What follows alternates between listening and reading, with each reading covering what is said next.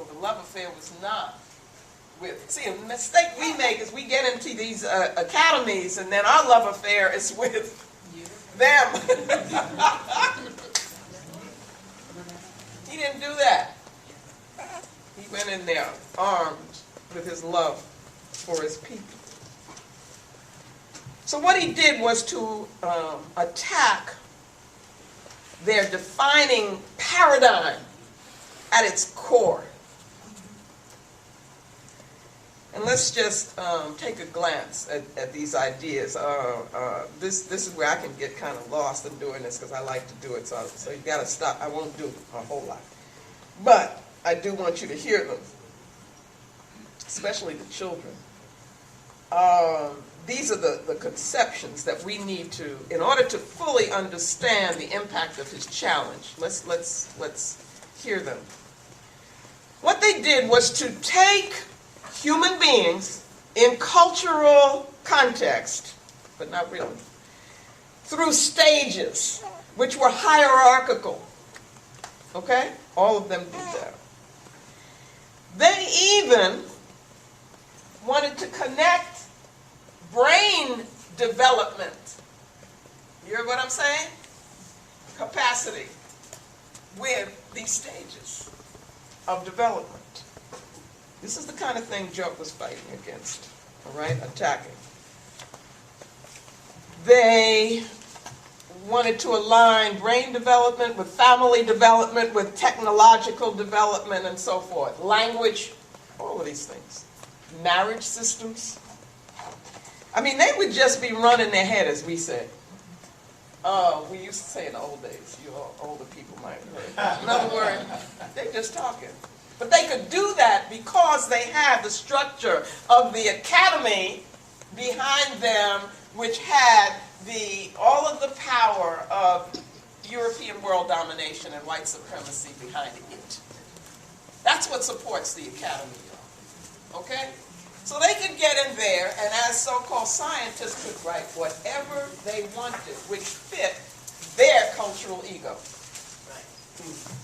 Diop said, Let's look more.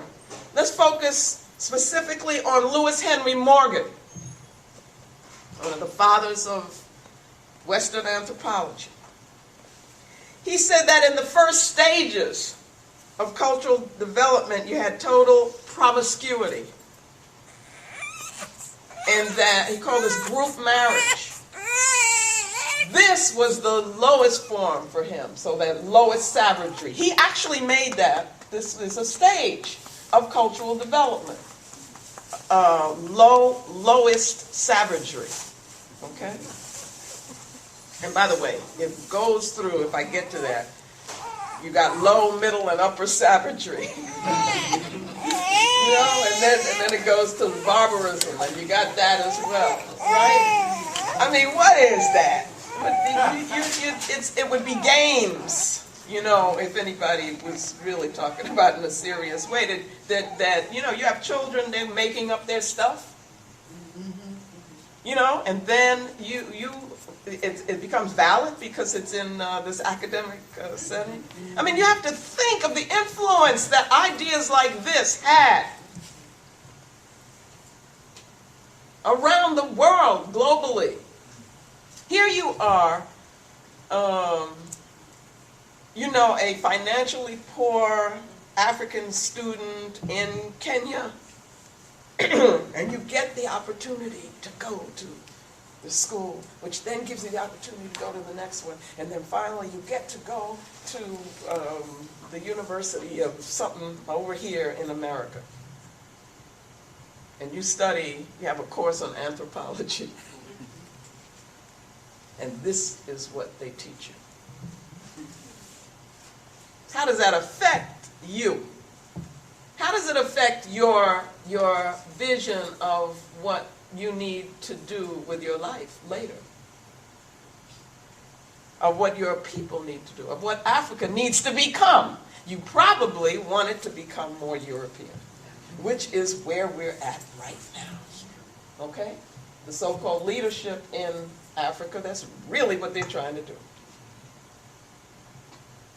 Diop wrote his stuff in the 50s, with a very different view of what we needed to do. And right now, our neo-colonial leaders want to be dependent on Europe. A little bit more on Morgan, what he saw. Okay, and by the way, he based a lot of what he put down, or codified, on the indigenous people here. Okay, Iroquois and so forth. That's what he studied, and then, I mean, didn't really study it because didn't know it and didn't understand it. He said, now this is very important, the issue of matrilineal descent, which Diop is arguing is so important in Africa. Morgan and others, Bakoven, said that you have matrilineal descent because you don't know who your father is. And they had no way of knowing who the fathers were. Because, and then now listen to this. He said, everybody's a potential father, men of a certain age, and so they are called father. Now, those of you who know African culture, who study traditional African culture, you see a very different reason for that. A profound reason for a term like baba being used for men of a certain age, like we do in our schools. Right? Like we would do at Akabin, like we do at Black Star. The men are baba. The women are mama. He said they were all potential stepmothers. That's why they were called mother. Okay?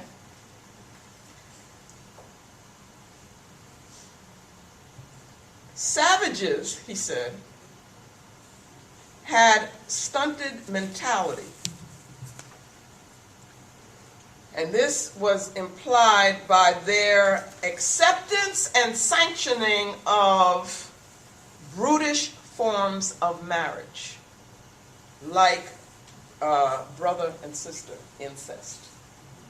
Man created this out of his head. Okay, but it becomes what they call fact because it's in the textbooks. If you open up a textbook of anthropology written at that time, they still have different versions of it now. It's watered down because they know right now, it's not politically correct to say it quite that way, but the implication is still there. Okay? And they still teach Morgan. They still teach Tyler. Okay? These are still considered the founders of the discipline. And that's what the discipline is about. So I really don't consider myself an anthropologist at all. I consider myself an African-centered cultural scientist. So I look at how culture works and how we can use it to gain and regain sovereignty for our people. Okay, he said also that improvements in technology were because of intellectual development.